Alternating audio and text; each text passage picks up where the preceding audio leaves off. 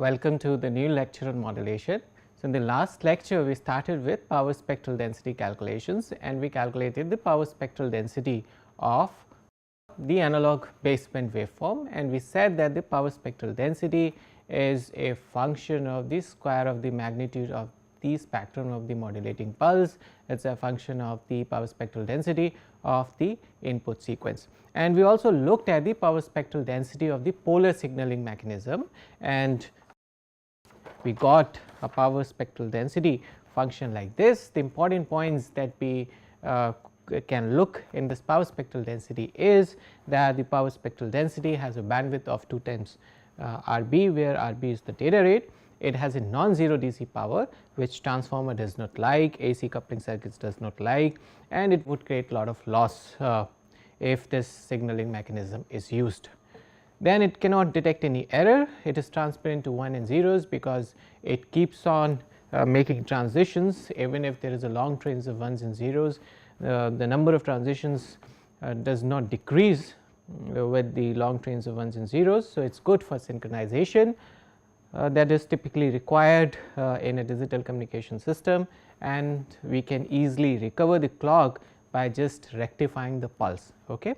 And today we will look at the other signaling mechanism, particularly unipolar, bipolar and some other interesting signaling mechanisms. So, let us start with unipolar. So, unipolar signaling mechanism is a waste. It does not have useful properties except in certain communication systems like optical communication systems, because in optical communication systems you cannot use something like polar signaling mechanism, because in polar signaling mechanism we are transmitting the amplitude of A and of minus A, right. In optical communication systems, basically the communication happens not always but mostly by modulating the intensity of the light, and intensity of the light cannot be negative, it is always a positive quantity. So, right. So, there you cannot have a positive and negative intensity. So, you cannot use polar signaling mechanisms in optical communication systems mostly. In optical communication systems also there are various techniques by which you can even transmit or detect phases, but mostly optical communication system is built or thrives on the transmission of intensity. Okay. So, unipolar signaling mechanism is a waste except in certain communication systems where polar signaling mechanism cannot be used. Okay. So, now let us see R0. So, to calculate the power spectral density we need to calculate R0 and Rn in general, and how we did it in polar. So, we assume that we have a 1 and the another sequence is also 1, because there is no delay in the sequence. So, whatever you have here you should have it here, or you can have 0 or 0. Okay. When you have 1 you transmit an amplitude A, when you have 1 you transmit an amplitude A. When you have 0, unlike in polar signaling mechanism where you were transmitting minus A, in unipolar you transmit 0. Okay. So, this is the mapping that we use in unipolar. So, for transmitting 0 we use 0, for transmitting 1 you transmit amplitude A. Again there is no sacrosanct about this mapping, it could have been used in other way around as well. For 0 we could have transmitted A, and for 1 we could have transmitted 0. Okay. But this is more natural that you transmit 0 for 0. So, for 0 we are transmitting 0, for 0 we are transmitting 0. So, when you have this what we get is A square, and when you have 0 into 0 you get a 0.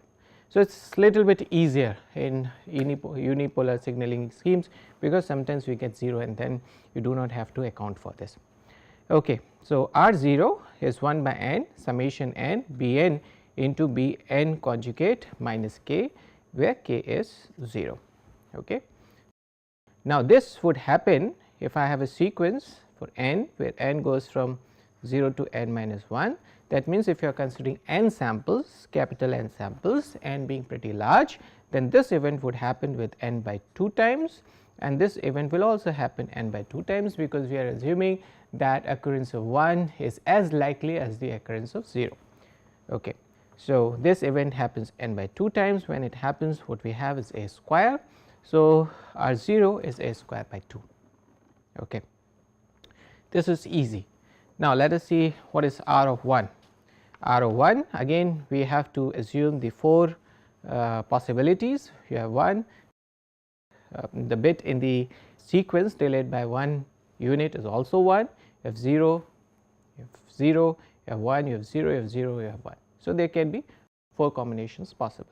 Again, when it is 1 we use A, 1 we use A and we multiply, because here we have multiplication. So, we get A square. Wherever we have 0, output would be 0, because 0 multiplied by anything would be 0. Okay. So, we have A square, and this would happen n by 4 times, right, because there are 4 possibilities and all these events are equiprobable.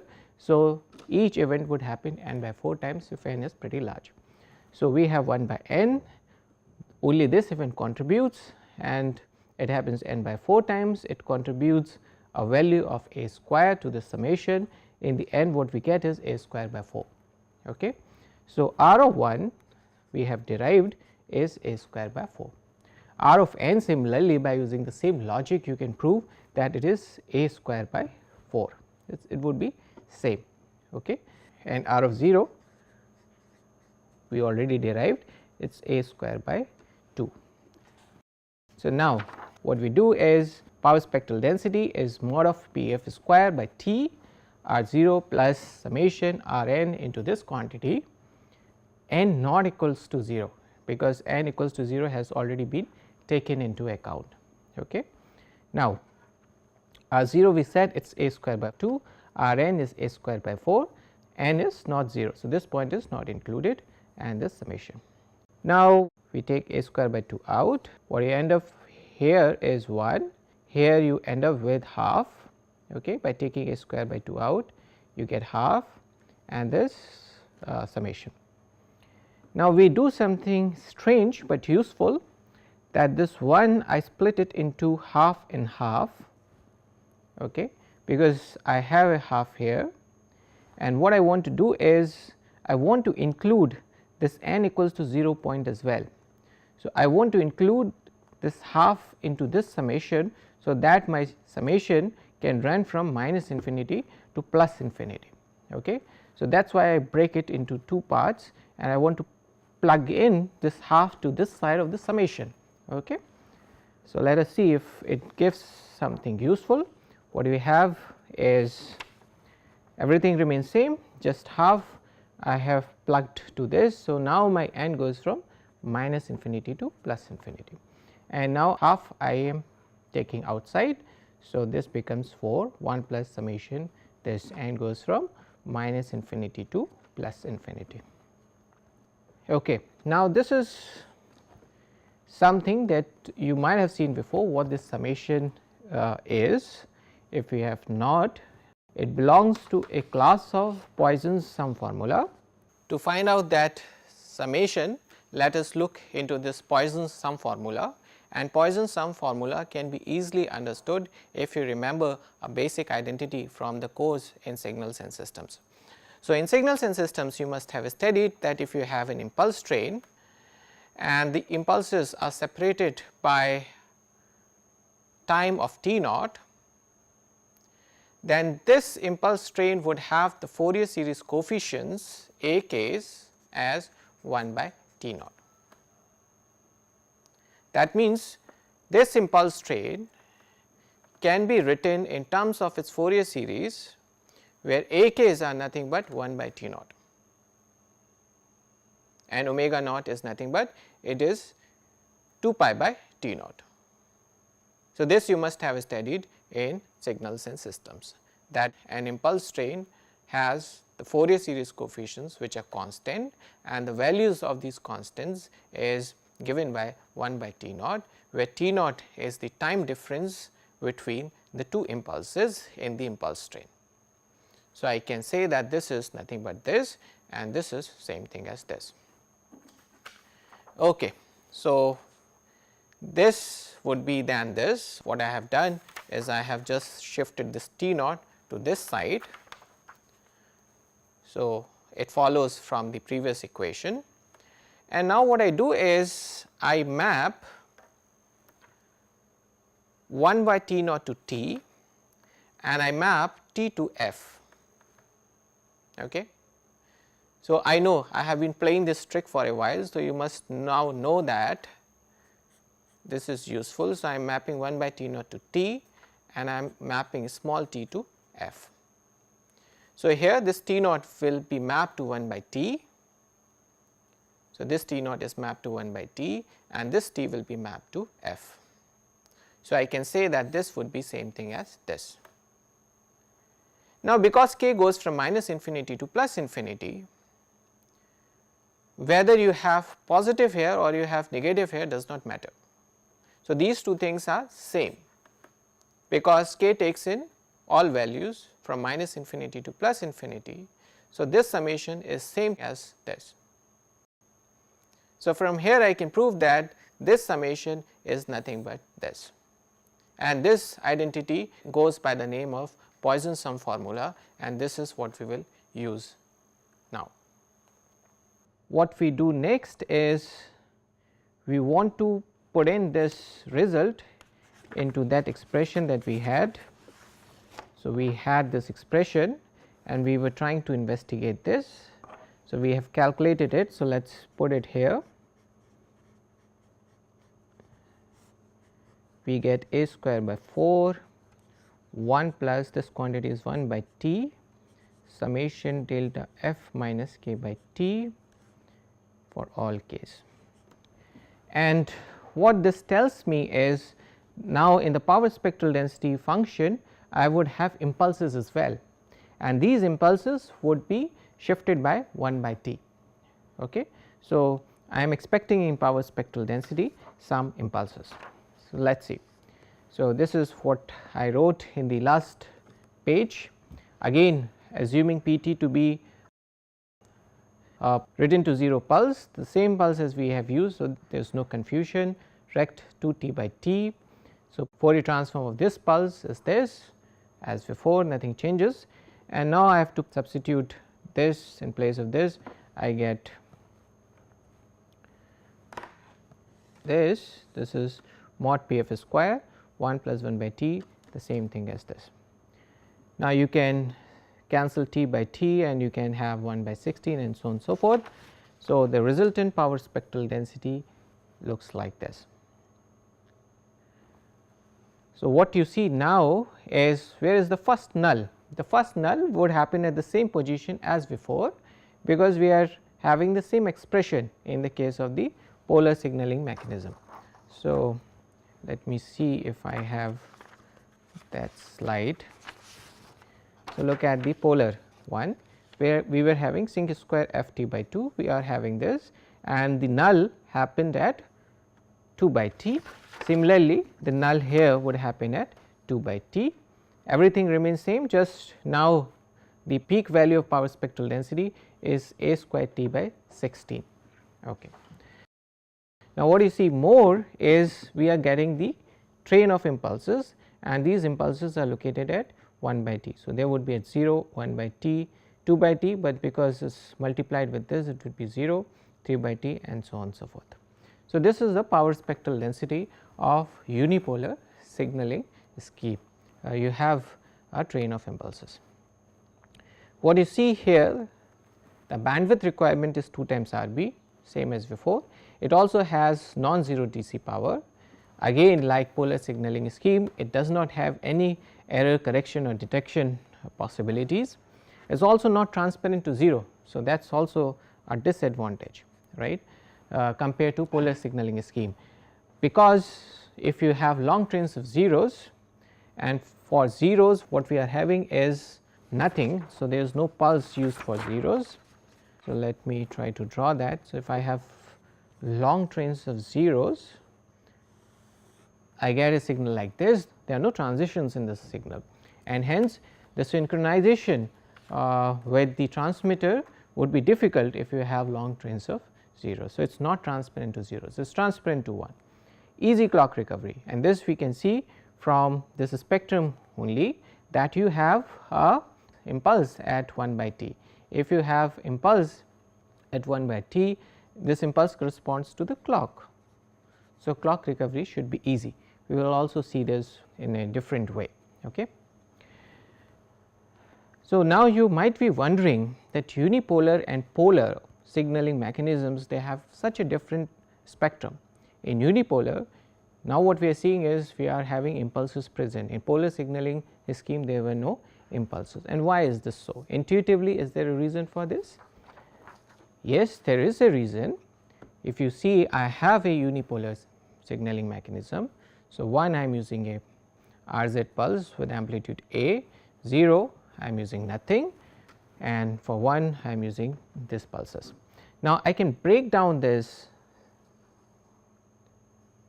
waveform into a polar waveform and a clock.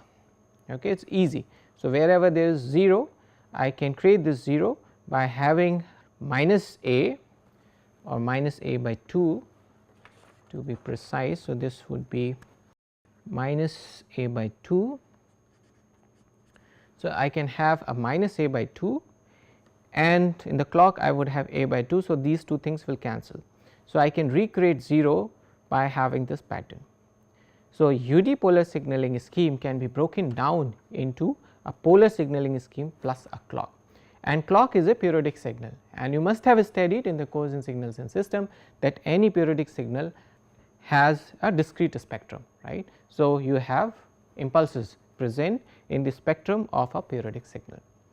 So, that is why in the unipolar signaling scheme, in addition to a spectrum like that of a polar signaling scheme, you have impulses present because of the presence of a clock.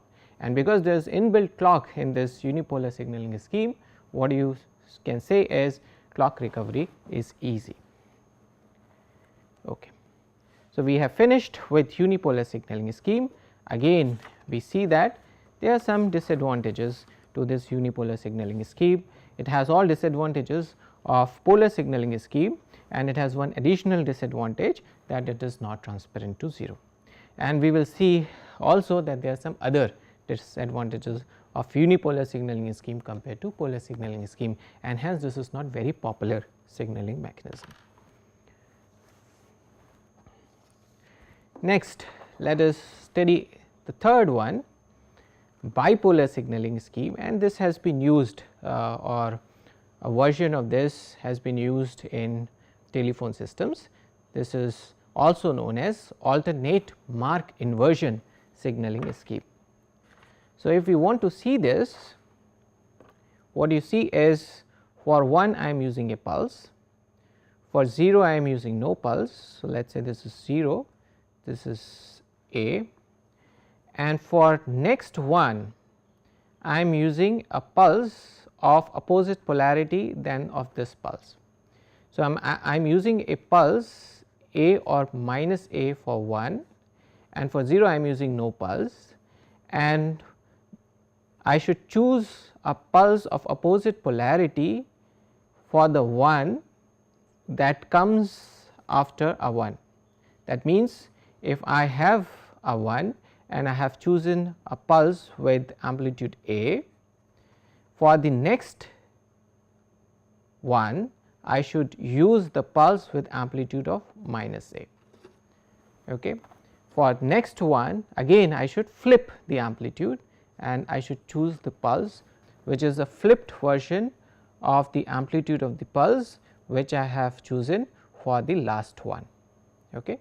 So, this is a bipolar signaling scheme. So, remember, in a bipolar signaling scheme what we do, we choose a 0 for 0, and for 1 we choose either A or minus A, and we choose a pulse amplitude for a 1 of the opposite polarity of what we have chosen for the last one. So, this is the idea in a bipolar signaling scheme. R0 is easy, you can have 1 or 0 or 0. 1 you can have either A or A if you have chosen A, or you can have minus A into minus A. So, you get A square, and for 0 you get 0, right. So, R0 is A square by 2, same as that of unipolar signaling scheme using the same ideas. What about R1? Let us see what happens in the case of R1. R1, again the 4 possibilities 1 0, 0 1, 0 0, 1 1, right. Now, if I have 1, I have chosen minus a, let me assume. For 0, I would choose a 0. I could have chosen a for 1, for 0 I am choosing 0, but this is less important because in the end I am going to have 0. Similarly, because there is a 0, I am going to have a 0. If there is a 0, I am going to have a 0. So, these 3 are less important, we do not have to worry about, because we know the final answer would be 0. This is interesting, 1 1. What would happen here?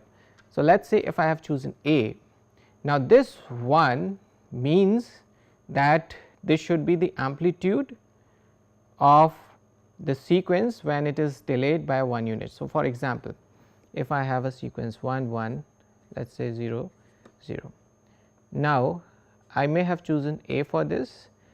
If I have chosen a for this, then I have to choose minus a for this and 0 and 0. Now, if I delay it by 1 unit, I get this, and I am choosing a for this, minus a for this and 0 for this and 0 for this. That means, if I have 1 1, if I have chosen minus a, then for this one I should have chosen a, right, because for consecutive ones I should choose the amplitude of the opposite polarity. Thus, if I have chosen a, in the last bit I should have chosen minus a. If I have chosen minus a, in the last bit I should have chosen a, right. So, in the end I should get minus a square. This will happen n by 4 times if I am considering a sequence of length n 0 to n minus 1, then this event would happen n by 4 times, right.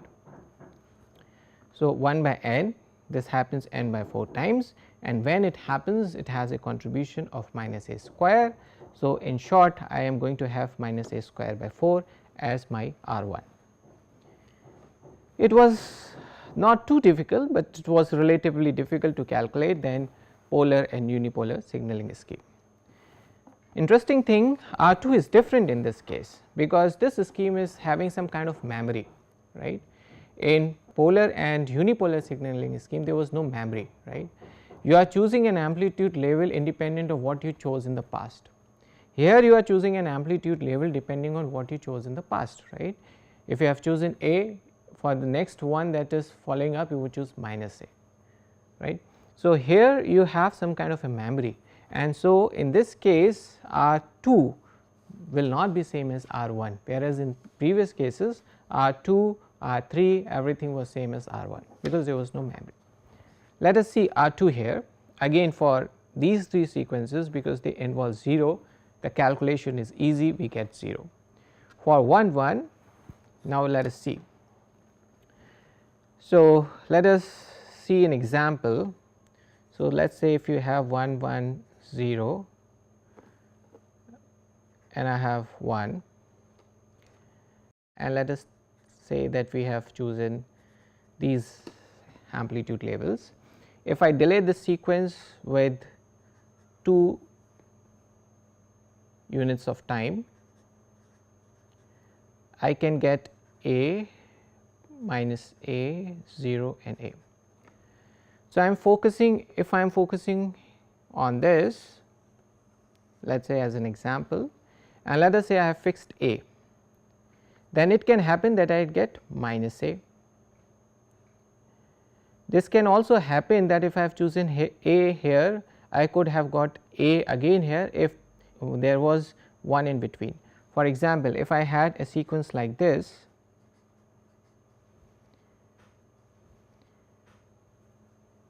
then my mapping would become like this, and let us see now if I delay this by 2 units, I get a minus a minus a, and let us see now what happens is I am getting a and I am getting a.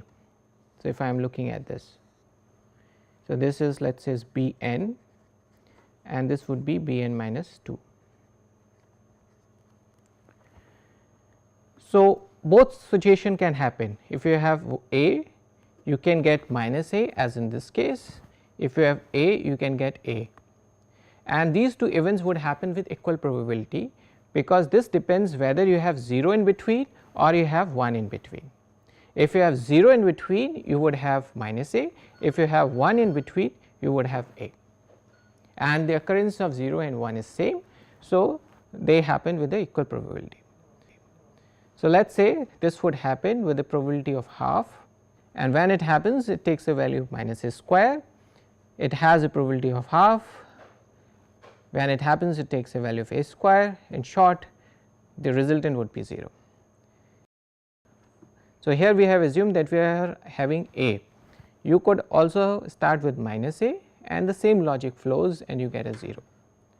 That means R of n is 0 for n greater than 1, but R of 1 was not 0, though I am just proving it for the case of n equals to 2, you can prove it for other n's, do this exercise, and I request you to come to the conclusion that R of n is 0 for n greater than 1. Let us see now the power spectral density, and now I am using this expression for power spectral density. I said that all three expressions are useful. So, if I see this R of 0, we calculate it to be a square by 2. So, there is only R of 1, rest are 0, and R of 1 was minus a square by 4. So, we have minus a square by 4, 2 times minus a square by 4 cos omega t corresponding to n equals to 1. Then it becomes a trivial exercise. I pull this a square by 2 to this side, what I get is 1 minus cos omega t, and 1 minus cos omega t I can write as this 2 times sin square omega t by 2. Okay. Simplifying this further, we get this, just cancelling 2 by 2. Now, assuming that P f is t by 2, sinc f t by 2, as we have been doing for a while, we get power spectral density. So, plugging this into this expression, we get t by 4 a square sinc square f t by 2 sin square omega t by 2. Okay.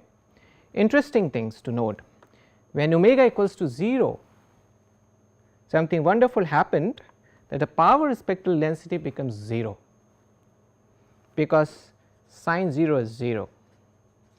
Now, this is great, this is what we have been looking for. We wanted to have a power spectral density 0 for omega equals to 0, and we have got this because of this function here. Second thing, let us see where we get the first null. So, I get a 1 null because of this at 2 by t, this is obvious, this we have done.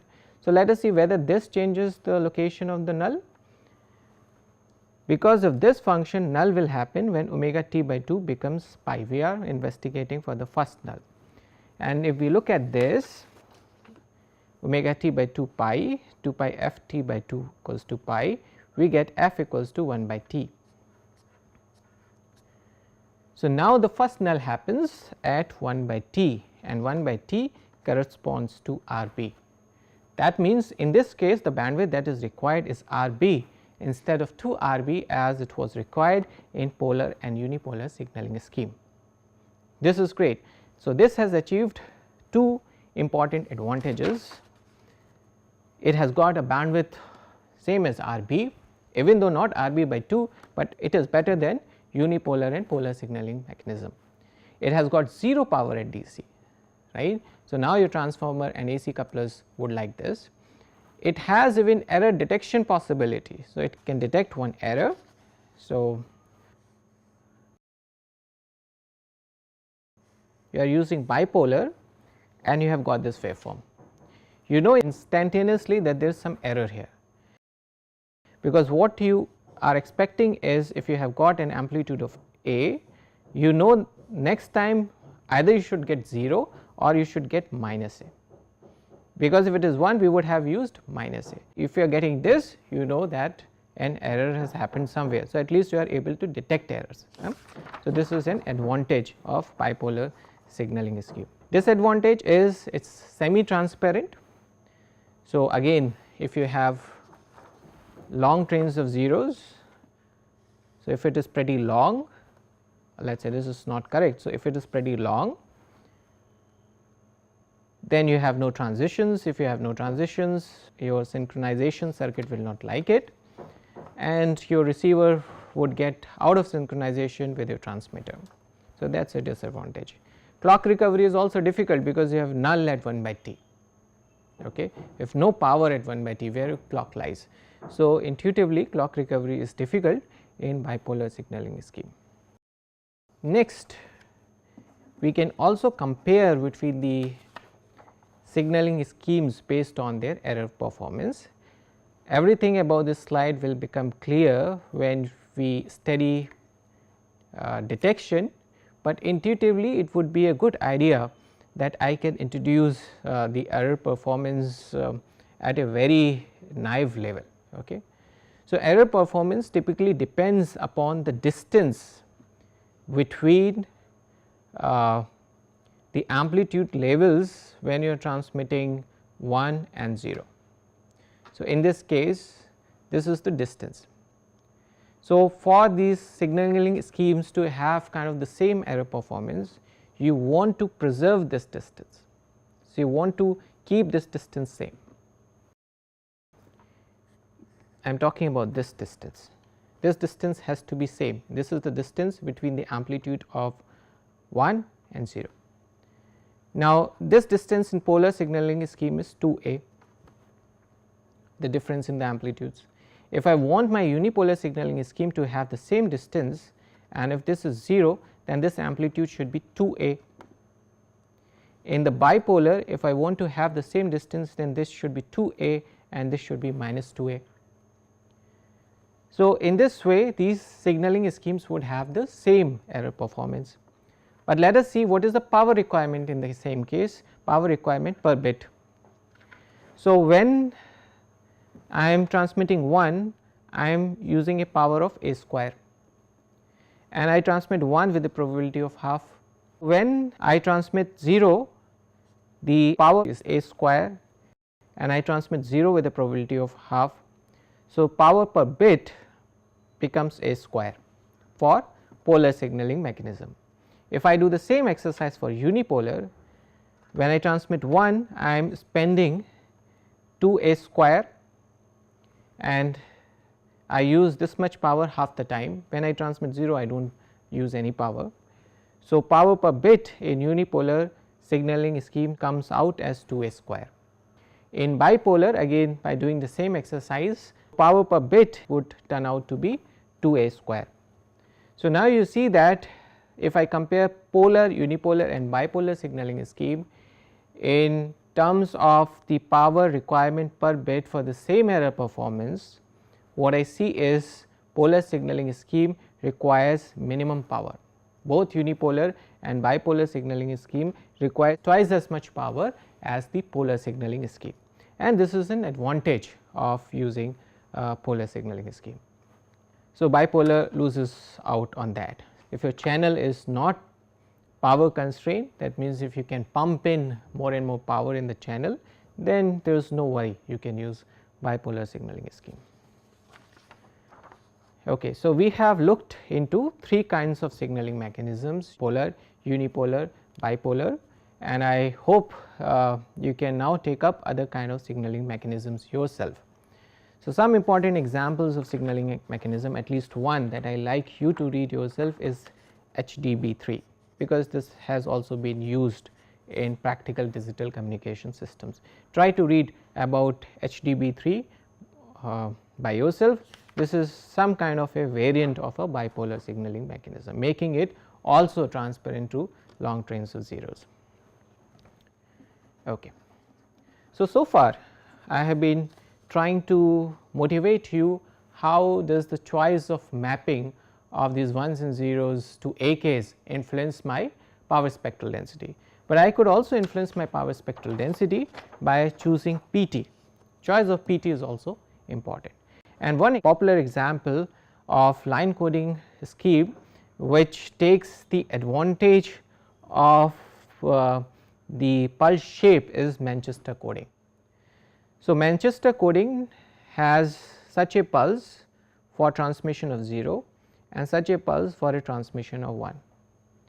Now, you know that an immediate advantage of Manchester coding is that it has transitions even if you have long trains of zeros or long trains of ones, right. So, it is a transparent scheme. Long trains of zeros or long trains of ones are not going to impact the synchronization performance. So, it is good in that sense. The second important advantage of this Manchester coding could be understood in terms of the Fourier transform of the pulse. So, Fourier transform of the pulse can be obtained by using this Fourier transform equation. And if I want to look at P of 0, this is Moment's theorem which we have used. So, in Moment's theorem you put f as 0, then if f is 0 this becomes 1.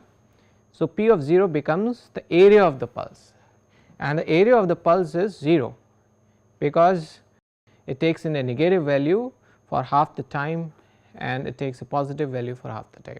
So, overall area is 0, that means P of 0 is 0. If P of 0 is 0, without doing any complications, what I have done is I have made power spectral density 0 at omega equals to 0. So, this is one way in which finite DC power problem is solved. So, Manchester coding looks good in sense that it is transparent to a long sequence of ones and zeros, and it also has 0 DC power, and thus there would be no problem when this signaling scheme is used over digital communication systems which are using transformers and AC couplers. Next, we are going to introduce a big idea in case of spectrum shaping, and this idea is of precoding. Okay. So, precoding uses the idea that if you have a sequence a Bn, I am producing another sequence Jn, where this sequence Jn is produced by adding a delayed version of the sequence to Bn, and I am using some fraction of this. So, alpha is some constant. So, I am adding some fraction of Bn minus 1 to Bn, and I am using a resultant sequence which I call as Jn. So, idea is simple. So, for example, if you have Bn as some number alpha 1 and Bn minus 1 is some number alpha 2, you add some constant to this, you get a new number alpha 1 plus alpha 2, which you store in Jn. So, you have modified your sequence, and this idea is known as precoding. You are doing some precoding before transmission. I could generalize this. I could say that I create this Jn by adding alpha naught times Bn plus alpha 1 times Bn minus 1 plus alpha 2 times Bn minus 2, and so on and so forth. Okay. So, I am generalizing how I am producing my Jn. In short, I can compactly write this by this expression, where L is the number of delayed sequences that I want to have in my summation. So, L is also denotes the memory of your precoder. So, that means it would take L previous samples. So, that means that it denotes the memory of a precoder. So, now what I am doing is I am producing a new sequence Jn from Bn and their delayed version. Now, if I want to find the Fourier transform of Jn, the Fourier transform of Jn is simple. This is not a function of n. So, we use this notation to tell that this is a Fourier transform of Jn. So, we use this as a Fourier transform of Jn. This is the summation times alpha k, and the Fourier transform of this sequence I am saying it is SPF times e to the power minus j k omega t. Now, what we are interested in? We are interested in the power spectral density that we will get after precoding. Okay. And to get power spectral density, first we have to calculate the energy spectral density. So, energy spectral density is nothing but it is the magnitude of the Fourier transform square. So, if we do this, what we get is I have to take the Fourier transform which I have calculated here, and I have to multiply with the conjugate of this, right. So, we have been doing this for a while. Take the Fourier transform, multiply this with the conjugate of the Fourier transform. Okay. Now, I have pulled out this SBF because it is not a function of k, pulling this out. What remains is this summation with alpha k into e to the power minus j k omega t. What we have now is we have conjugation everywhere, but I am just interested in this SBF conjugating this. Again this SBF is not a function of k, I have pulled out. Remaining things I keep with the conjugation sign. Now, I am pulling this SBF to this side, which gives me mod SBF square, and what I end up with is this quantity. So, this times conjugate of this, which gives me mod square. So, this is the energy spectral density of J n. Now, power spectral density of J n can be obtained by having the energy spectral density which we calculated dividing by n. So, energy spectral density that we calculated is this, we just calculated in the last page, dividing this with n. Now, dividing this with n, that means I am dividing this is the energy spectral density of the original sequence. So, dividing this energy spectral density by n gives me the power spectral density of the original sequence, which we called as Z I of f. Okay. We call this quantity Z I of f previously. So, I am using the same notation. This gives me the power spectral density of B n. Okay. And here I am finding the power spectral density of J n. Okay. So, power spectral density of J n is power spectral density corresponding to B n times this quantity. So, resultant power spectral density now would have this extra term in there as well. So, up to now the power spectral density was just this, but because of this precoding I have now this extra term in the power spectral density. Okay. Let me explain the use of precoding by just taking a very simple example. So, I have J n B n plus B n minus 1. So, I am using as simple precoding as this. So, I said J n is alpha naught times B n plus alpha 1 times B n minus 1, alpha 2 times B n minus 2, and so on and so forth. So, alpha naught is 1, alpha 1 is also 1, other alphas are 0. So, in that case if I look at this, what is this? This will be simply, so expanding this, I have alpha naught plus alpha 1 e to the power minus j omega t, other alphas are 0. So, we do not have to consider them, and now when alpha naught and alpha 1 is 1, what I have is 1 plus e to the power minus j omega t mod square. I guess it is simple. Now, let us see, does all this math give us something? It should give us something, otherwise it is a waste. So, this square I can write as this times its conjugate. So, taking a conjugation of 1 gives me 1, taking a conjugation of this changes the sign of this. So, I get e to the power j omega t. Now, I multiply term by term, I get 1 plus e to the power j omega t plus e to the power minus j omega t plus 1, and this is simply in the end 4 times cos square omega t by 2. Great. So, let us see, the resultant power spectral density in this case becomes this. Let us look where has my first null gone to. The first null will go where this omega t by 2 is pi by 2. The first null will go to 0 when omega t by 2 is pi by 2.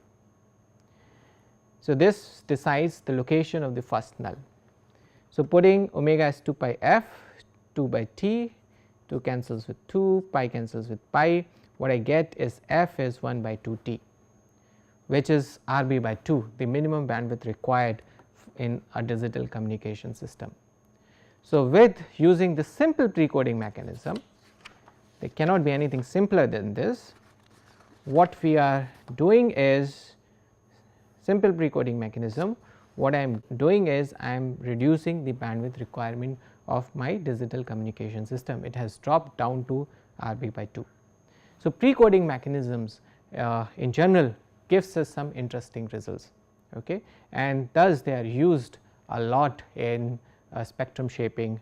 So, today we have completed basically different kinds of line coding mechanisms, and we have also seen how we can use this precoding. It looks very powerful, it is actually very powerful in shaping the spectrum of my signal. In the next lecture, we will see some other ways in which we can calculate this power spectral density. We will see how can you calculate the same power spectral density by using what is known as Markov chains. Thank you.